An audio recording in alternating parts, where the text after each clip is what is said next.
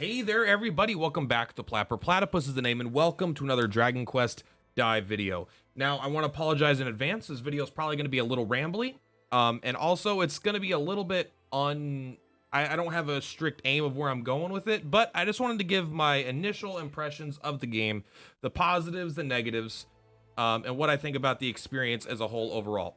So first, I want to start by saying I am really enjoying the game. I'm having a wonderful time, and I do plan to keep playing it. It is not without complaints, which I'll get to in a minute here, but I am having a genuinely good time with the game.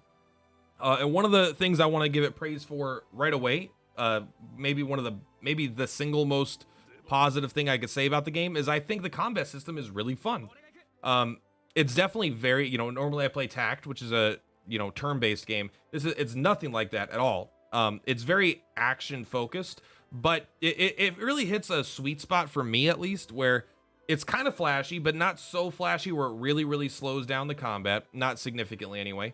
The rounds are all pretty fast, so you're not sitting there just like grind. Sometimes you can fight a boss that you're not supposed to be fighting yet, and you're really just smacking it for a while, but for the most part, they're pretty brisk, bite-sized fights, which feels good. They're kind of flashy, but not too flashy, where it feels like all these fucking animations, and I think you can even adjust it in the options menu.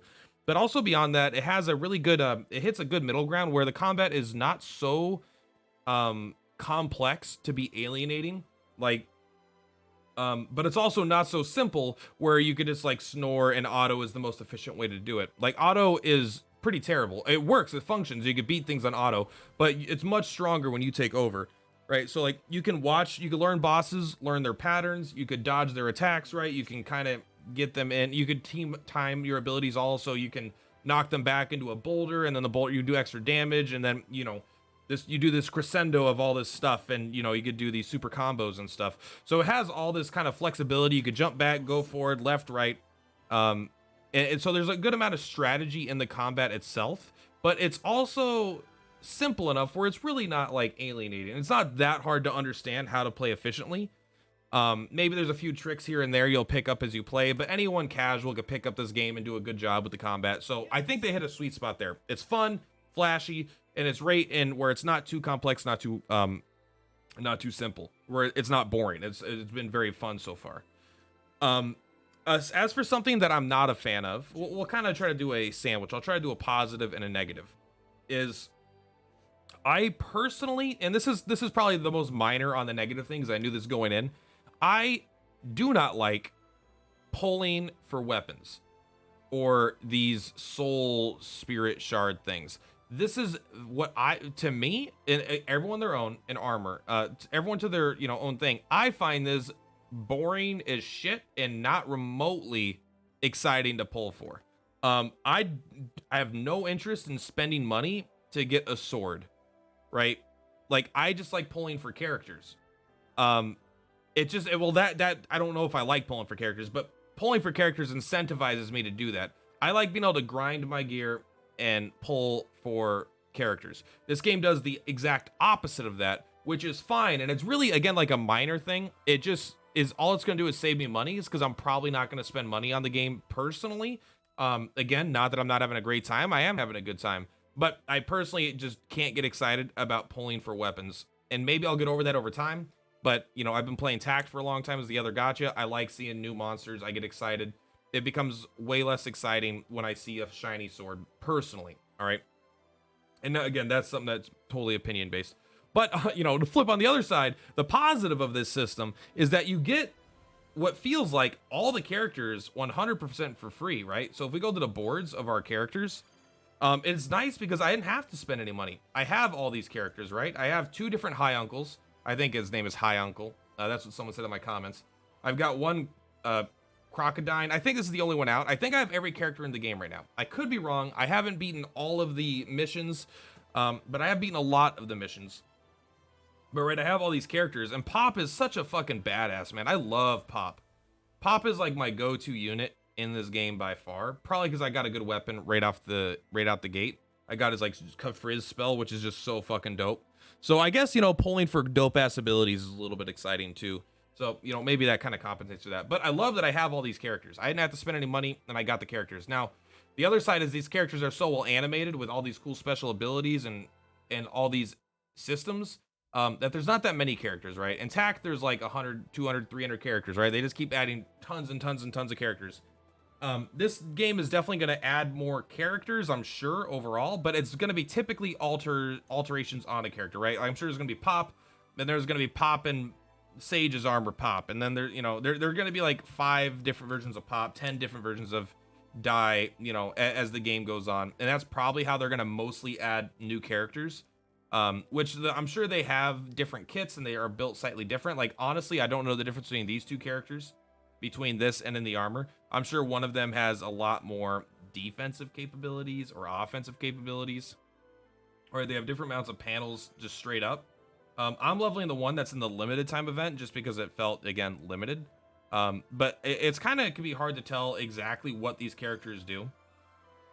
Which this is going to lead to one of my negatives, I suppose. And it's not necessarily about the panel system specifically, but it's just like, the game is kind of overwhelming. I assume it will tone down over time, but like, there are a fuck ton of systems in this game, right? Like, and I feel like it's unnecessarily complicated. Like, it feels really, really bloated, in my opinion, for a gacha on day one.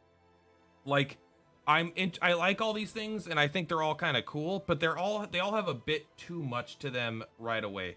I think the perfect example is like the soul crystals. Like, the soul crystals is like an equipment, is like a sub equipment for a character, right? So you have equipment, but then you also equip soul crystals, right? So besides the equipment, you can also come in here and you can equip one of 3.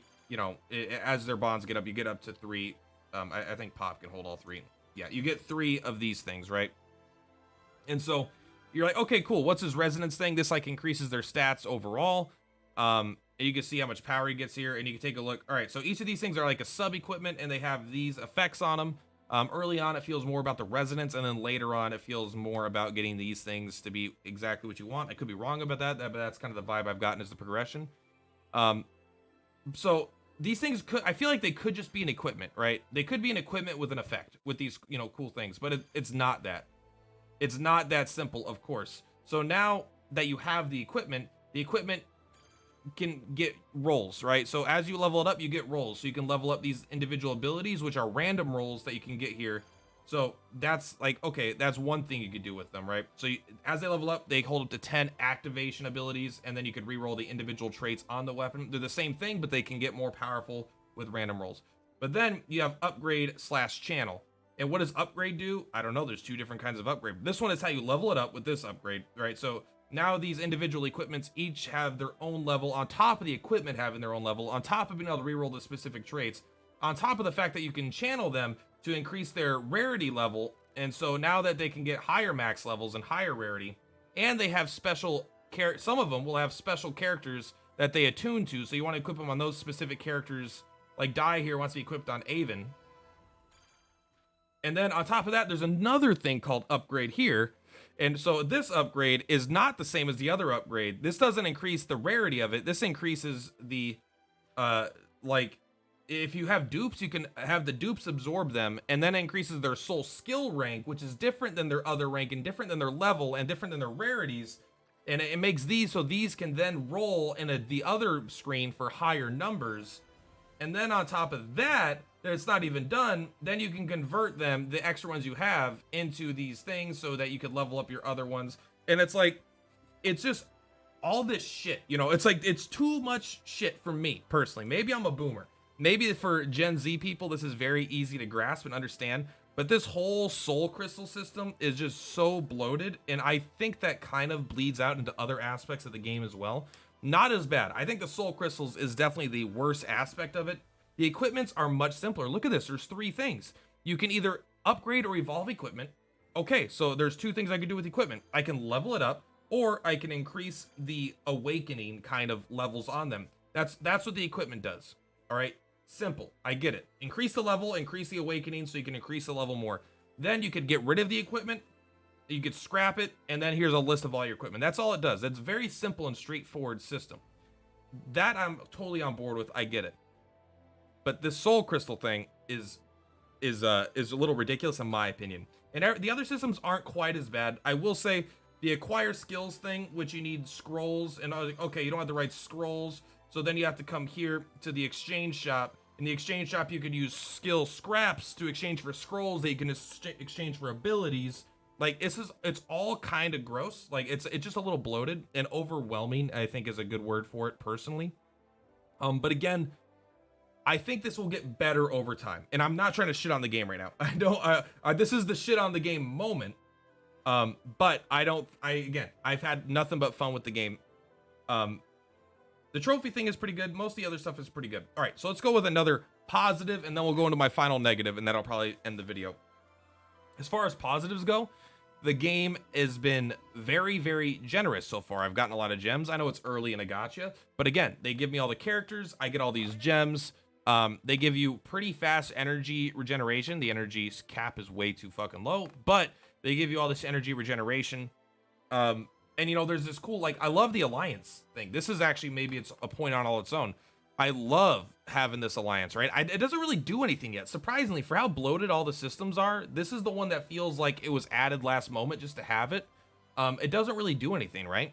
I made a video recording people, but like all right, except, there you go, welcome. We're almost full now, but we keep leveling up. What does leveling up do? It hasn't really been made clear to me, and I'm the guild leader, the alliance leader. I know you get, as the experience goes up, I'm sure this is something that they'll probably expand on, right? They'll probably add like abilities or something, or, you know, passive upgrades for everyone in the alliance that you could do as your thing gets certain levels, or certain like alliance fights that you can all team up against. And, you know, like kind of like All Might and My Hero, if you played that, where the alliance can fight and you deal as much damage as you can, and then the whole alliance's damage gets tallied up and you get a reward based on that. Maybe alliance v alliance things. That's not really how this game works, I don't think, but I think the boss fights is a pretty no-brainer. It's in every gacha, right? So that's good. But I do like we have a room where where all these like-minded people could play the game and enjoy it. And that's fun. I'm excited to see what they do with this system. And also, to finally go back on that point I was saying, the game is generous. What the hell is this? Added later. Okay, I don't even know. There's tons to do. Like this is gonna be kind of my mixed point. It's gonna be positive into negative. There is tons to do. There's a lot of different kinds of content, a lot of missions, a lot of fights, a lot of ways to improve your strength. There's always something you could be doing, right? Event quests. These are limited. They're both limited. We got our daily challenge quests. We got the boss fights here. We've got the story. You can grind the story for different materials. And then there's a second kind of story. And then there's the character quest. Like, there's all this stuff always going on. You're never out of things to do, which is fun. And it's cool that I always have something to look forward to. But on the other side is kind of on the overwhelming point. It's like, there's this game currently, for me, is too much of a time investment to stay on top of where I would like to be. I wish the energy was either way higher or something, because I always feel like the game's like every 2 hours, get on and spend a half hour using all your stamina.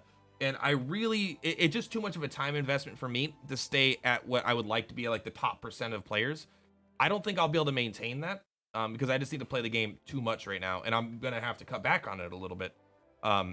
Even though I make content, but Tact takes a lot of time too, right? And I can't spend 40 hours a week playing these two gacha games. But so the time commitment thing is a little, I think, brutal, and I think a lot of it comes down to the fights are. So a lot of the fun fights that are difficult and new fights, those are cool. But fights that I've done 100 times now, like if I go to the challenge quest, I go to the growth, and I do, I don't know, something like this, right? Like, or I want to do these daily challenges. I have to do like 8 different daily quests. They all take just a bit. They just take too long. For as far as like progressing in the game, I like the bite-sized fights. They're not too short. They're not too long. As for like this daily grind stuff, where I'm just grinding for materials, and I know there's skip tickets, but there's not nearly enough in my opinion. Or they should cut down on the length of the fights. But it's just like, I feel like I could play this game 6 hours every day. And not to mention, like, I'm not even using this energy, right? Like, I haven't used my 2 free energies. I haven't used all this energy, right? I got another 6,000 energy here.